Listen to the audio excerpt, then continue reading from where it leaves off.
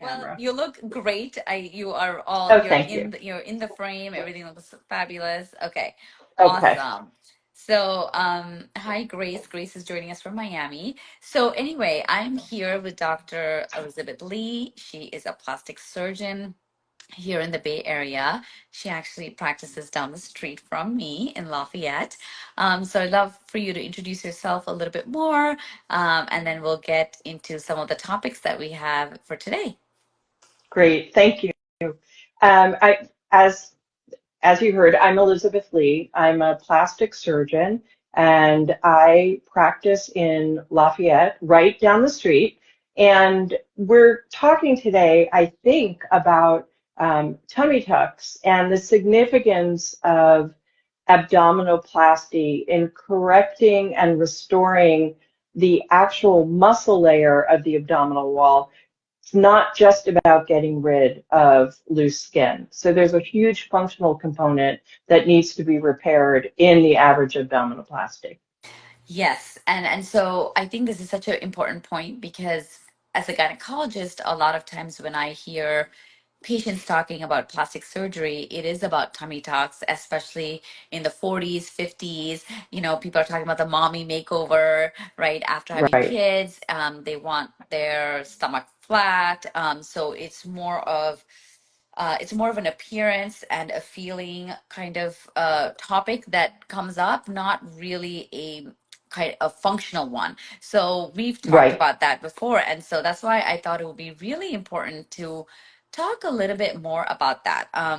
So when our abdominal walls are, not quite tight, and are expanded after childbirth, etc., it can lead to all sorts of symptoms. So what are some of those? Right. Right. So what happens with pregnancy is that we stretch out this way. We all see this, but we can also stretch out from side to side. And what happens when that happens is that the muscle layer can stretch too. So we all see stretched out skin. And if we have stretch marks, we know that that's never going to come back to its original shape. But what is often underappreciated is what happens with the muscle. And in particular, the two muscles that run right up and down the center of the abdominal wall are called the rectus abdominis muscles. And the connective tissue between them can stretch. And it doesn't happen to all women, but it happens to a fair number of them. And as that connective tissue stretches, there's no elastic recoil to that tissue. So after delivery, the baby's no longer in there. Things do tighten. Muscles can tighten back up, but that connective tissue never comes back to its original size or strength. And so the rectus muscles now sit out to the side instead of being right up against each other. And that sets up a whole imbalance of the muscle function of the abdominal wall.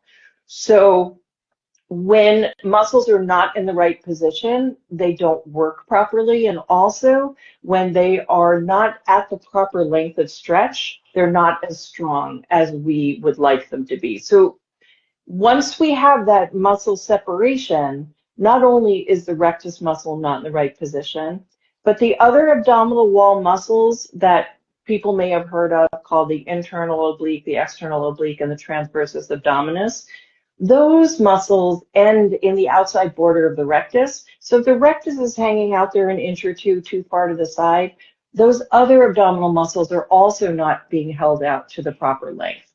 And so there's no question that you can do muscle activation exercises and learn how to actively pull that rectus back into the center, but that's active work. And you can't walk around holding your abdominal wall in like that all the time. It has to be anchored. Those two muscles need to be anchored back to each other in the center in order to reestablish a functional core. Okay, so that is a good point. So what we're talking about here is really diastasis, right? Diastasis recti, Yes, right? That's a yes. our viewers may Thank you. kind of be more familiar with that term. A Right, lot of women right, after childbirth, their core is coming apart. It's really the rectus muscles that really haven't come back together, or will probably never be the same as it was Right. pre-kids. And so this is called diastasis recti.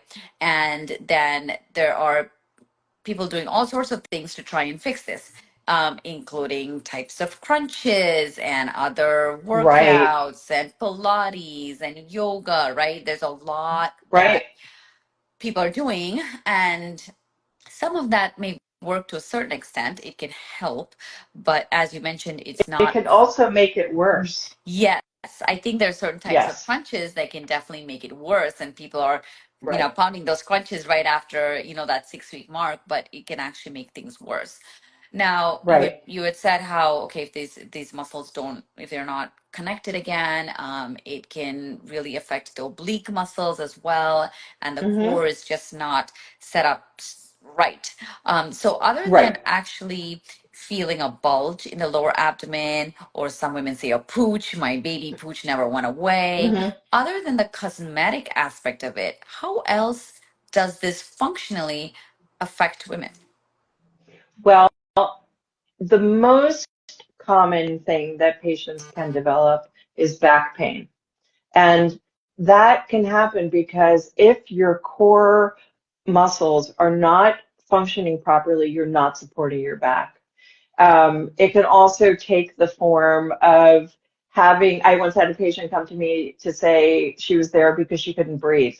And I said, well, I'm not a pulmonologist. She said, no, no, no. I went to a yoga retreat and we're doing all this breathing and I can't breathe because all I'm doing is holding my stomach in actively, so I can't take a deep belly breath.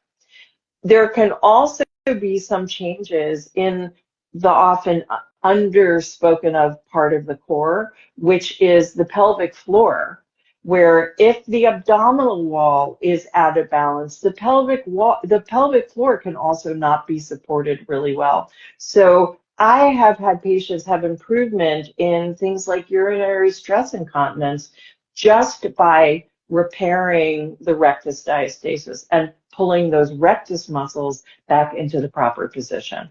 Okay. So if you're somebody who's having lower back pain and you have this diastasis recti, this may be, time to see a plastic surgeon. You can definitely be doing the yoga and the Pilates to strengthen your core, but it may not really completely fix the problem. So tell us a little bit Right. about, how does one, do all plastic surgeons do this procedure? How do we go about finding somebody who does this? What is the medical term for this procedure? Okay. So I most plastic surgeons are fully trained in doing what is commonly called a tummy tuck, and we refer to clinically as an abdominoplasty. And an abdominoplasty is a repair in two layers. The first layer is taking out that extra skin, but the second layer of the repair is plicating or tightening the fascia between the rectus muscles so that the rectus comes back into position. It is important in this day and age, I believe, to understand the training of the person who is operating on you. And there's a wide range of physicians who are surgeons who will call themselves cosmetic surgeons. Anybody who is trained and boarded by the American Board of Plastic Surgery will have learned how to do abdominoplasties, and most people do a really good job at that. So what I like to do is encourage patients to come in for a consultation, and during that consultation, my goal is to help them understand number one, what's going on with their bodies and what might be giving them the concerns that they have, and number two, what the options are to fix those, because a consultation is about education. Mhm. So people need to understand. Yeah. Okay. So, are there different types of tummy tucks, or is it a pretty standard way of doing it? That's a great question. So there are different approaches to abdominoplasty. They all involve taking out some skin through an incision that's made kind of in the area where you would have an incision for a C-section. although it'll come out further to the sides in order to be able to take out some skin. And it will involve often doing something to reconstruct the belly button, which often gets stretched out during pregnancy too, and the muscle tightening if it's necessary. But then there are things that called like a mini tummy tuck or a lower tummy tuck, which only works on the area below the belly button. A full tummy tuck will involve working on the muscle layer all the way up to your breastbone, down to your pubis, and taking out as much skin as needs to be taken out. I will tell you that a mini tummy tuck really serves very, very few patients, because most patients may have more fullness in the lower part of the belly than they do in the upper. But when we tighten that lower part, then they get to see the bulge that they really do have in the upper, because it's left behind. We're not doing any work in the upper. So it depends. I have operated on several patients who really were good mini tummy tuck candidates, but the majority of people need a full tummy tuck. Need the full thing. Okay. How long is this procedure? Like a full tummy tuck? So a full tummy tuck in my hands takes about 3 hours. That is the time the patient gets into the operating room until they leave the operating room. So that includes the time that they're getting them situated on the table. General anesthesia is used for this case, so the anesthesiologist puts them to sleep and then wakes them up at the end and gets them out. So I might be operating for 2.5 hours of that. Okay. And then what about the recovery? So the recovery is pretty significant. And I think that it's really, really important to help patients understand what they need to do in order to take really good care of themselves. And I tell patients that if their major activity is working at a desk type job, they need to plan on being off of that job for 2 weeks. And then they could go back to all the activities around work. It's a really serious conversation to have with people who have young children at home, because you won't be lifting the baby up to put them in the crib, for instance, for probably a good 6 weeks, particularly if the baby is over 30 pounds. So you need to plan to have a really good recovery and to have enough help so that you can take care of yourself and get enough rest. Yeah, that's a great point. I actually remember a patient who came in for her annual GYN exam, and I was, going to do her abdominal exam. She's like, "Oh, don't touch me. I just had a tummy tuck." But it was like already more than 3 weeks, but she was still recovering from it. So I think that's a great point that you mentioned. Like, yeah, you can't really be lifting young kids, heavy things for a good 6 weeks. Right. So if you are somebody who's very active, you have a job that requires a lot of lifting, you really do need to think about that recovery time. Right. And then I also like people to really think about the fact that in my hands, no matter what surgery I do, it can be as little as taking a little bit of skin out of the upper eyelids, or as big as a big tummy tuck with liposuction combined with a breast reduction. And there is a 6-week period of time where your body is doing a lot of healing, and all the healing that you do occurs during sleep. And so you will be fatigued because your sleep requirement goes up. And patients do so much better when they know what to expect in recovery, and they can really take care of themselves and make the appropriate arrangements, to not do this leading into a big project that they're going to have to be finishing at work, and making sure they have enough help with their kids. Because, we're partnering. I'm partnering with my patients. I can be a fabulous surgeon, but their overall outcome is much more dependent on how well they're able to take care of themselves in the postoperative period. Yeah. So okay. Don't underrate that. Yes, definitely. We have a question from a viewer. It says, if someone has a tummy tuck for a few years and sat for long hours during the recovery time, was that improper? So sitting after surgery versus, I think, laying down, does that matter as much? Well, are they having a specific problem? So I would say that sitting early with abdominoplasty puts the majority of the weight in terms of what we call dependency, which is where the fluid and the blood end up settling on that incision, Mm. right? Because the incision is sitting right in Yes. your lap. And so I would say that spending a long time sitting up could cause wound complications early on.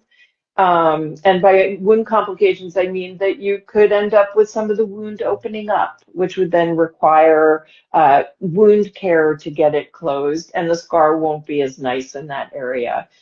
I generally do not tell my patients that they have to stay on strict bed rest, but I will also say to them, I really don't want you in the first 2 weeks sitting up in a chair for longer than maybe to eat a meal sitting at the kitchen Yes. table Yes. Okay. for that reason. Yep. Okay. That makes sense. Okay. So the takeaway for me for this part of the conversation is, diastasis or the separation of the rectus muscles can cause back pain, can cause pelvic floor issues. And while some of these other non-surgical options can help, they're not really going to fix the problem until these muscles really come together. And this is what's called tummy Exactly. tuck, abdominoplasty. You can see a general surgeon for it. And not, No, I'm not a sorry, not a general general surgeon, surgeon, a plastic a surgeon. plastic surgeon Thank, for it. that's right. Yes, plastic surgeon, someone who's trained in this procedure. And tell us where people can find you. I'm located in Lafayette. My practice is called Artful Surgery. You can find us on the internet at artfulsurgery.com. There's contact us information through there, through the website, and our phone number is 925-299-1985. Awesome. And how long, how quickly can patients get a consult in with you? What are your wait times? Because I know that's always a big concern for many people. So we want to leave a couple of slots open for consults at all times. So I would say that we can usually get you in for a consultation within 2 weeks of your calling, and usually shorter than that, but Yeah. it can take 2 weeks. Okay, great. Yeah, Awesome. So yeah, before we end, though, I wanted to talk a little bit about breast implants and kind of breast yes, surgery. I know we had yes. talked about this, and this is a common question that, comes up all the time in the office, in all types of capacities. There are patients who've had implants 30 years ago, and then they're like, oh, should I Mm, remove them? Do I need to change them? There are other patients wondering if they need to get breast reduction for back pain. We had talked about tummy tuck for lower back pain, but sometimes mhm. upper back pain. So And neck pain. yeah, and neck Yeah. pain. So I was wondering if you could give us some thoughts about, cosmetic surgery for the breast, and, what are some considerations that women need to be thinking about? Absolutely. So I'm going to run through some frequently asked questions and not necessarily discuss like this all Yes, globally. perfect. But one of the really interesting things that I find is that patients kind of have this idea that their breast implants have to be changed out every 10 years. I don't know where that comes from. And they're not like doing an oil change in a car. So breast implants are mechanical devices. They can fail in that the shell can crack. The body can also develop reactions to it, such as a capsular contracture, which means that the scar capsule that your body makes around every implant can, in the case of scar contracture, get thick and tight and displace the implant or make it feel hard. And that is a problem with the implant.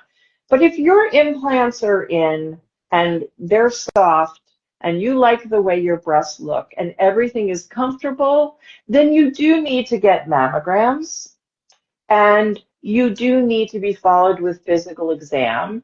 And the plastic surgery societies, the ASPS and ASAPs, are currently working with the FDA to solidify recommendations of following the integrity of breast implants, particularly silicone ones, with ultrasounds, because ultrasound turns out to be the best tool to make sure that there is no rupture of the shell of the implant.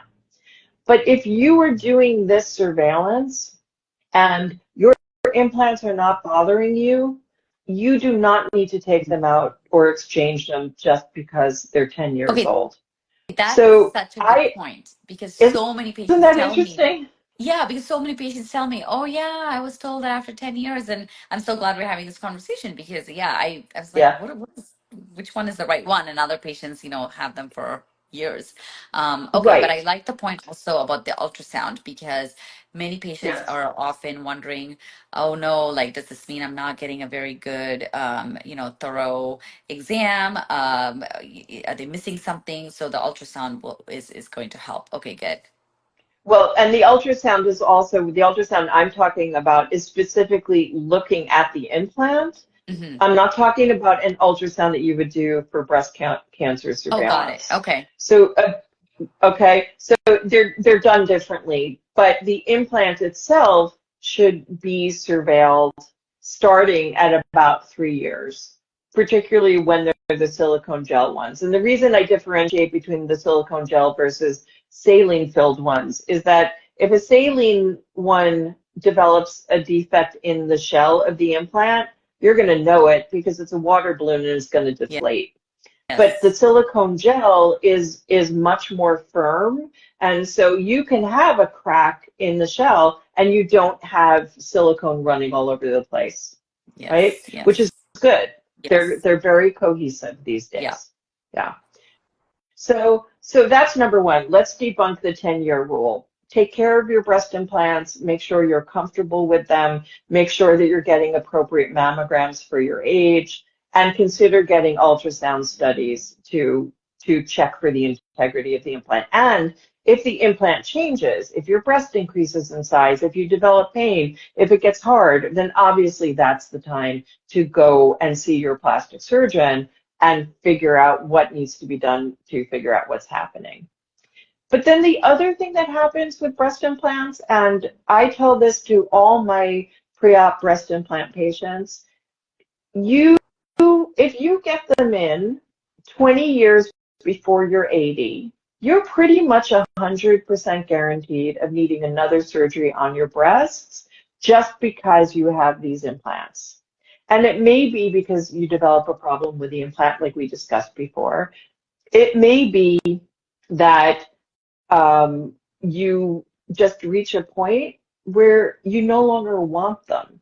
And as I explain this to my pre-op patients, they all say, what are you talking about? I really want them and I'm never going to not want them. But it is really interesting to see that our feelings about our bodies change and evolve, so that 15 years from the time you got the implant, you may have had a couple of children, right? You may have gained a little bit of weight. You may have lost a little bit of weight, but your body has changed and your need of those breast implants changes too. And you may just be coming in and saying, you know what? I'm done with them. Take them out. Yeah. Yeah, that's yeah, I think many women don't give themselves the permission to do that, because they see it as like, oh, okay, I got it. So now I'm stuck with them, or this is a lifelong Right, thing. So um right. And it's not. that's, yeah, that's a great point. That's a great point. Yeah. As far as, with dense breasts now, many women are getting ultrasounds to look at the breast itself. I mean, you had mentioned ultrasounds to Mhm. look at the implants. Is that something you routinely advise as well for those with breast implants, or it just depends on the person and their density? A lot of this has to do with the medical system in which we're working and in which each patient is working, Mhm. unfortunately. I, as a breast surgeon, I feel pretty strongly that if a mammogram is is being read as, dense breast tissue, Hmm. cannot evaluate all the tissue, that those patients would benefit with an ultrasound for screening. Yeah. But the presence of a breast implant doesn't change that in any way. The breast implant is not actually in the breast. It can be placed in one of three positions, but they're all underneath the breast. So one can be directly under the breast, one can be underneath the pectoralis muscle or the big chest muscle, which separates it completely from the breast. And one can be now in what we call a subfascial position, which is that the fascia or the connective tissue covering the pectoralis can be lifted and the implant put in there. But in any of those three positions, the implant is not in the breast. So when you do mammography, they need to know that you have breast implants, and they will work harder to pull the breast tissue off the implant so that they can visualize the entire breast, Yeah. even with the implant in there. Okay. Okay. That makes sense. All right. Well, so much useful information about breast implants and tummy tucks and reasons why we would, really consider even an abdominoplasty and other than just cosmetic reasons. So, Absolutely. yes. So, Functional. functional, yes. It's We want to feel good. We yeah. want to have a good core. We want to have a good pelvic floor as well, and Mhm. be able to do the things that we want to in life. So, thank you Right. so much for coming on, Dr. Lee. If you are Thank watching you for this, having me. yes, absolutely. If you're watching this at any point and you're considering these procedures, make sure you check her out in Lafayette, California. Dr. Lee is amazing. She's a wonderful surgeon and a Thank you. great person. I've met her. And yeah, and drop any questions below, whenever you're watching this. And thank you so much for coming on, and we'll Thank touch base you. again. Okay. Bye, Okay. everybody. Bye. Bye. Bye.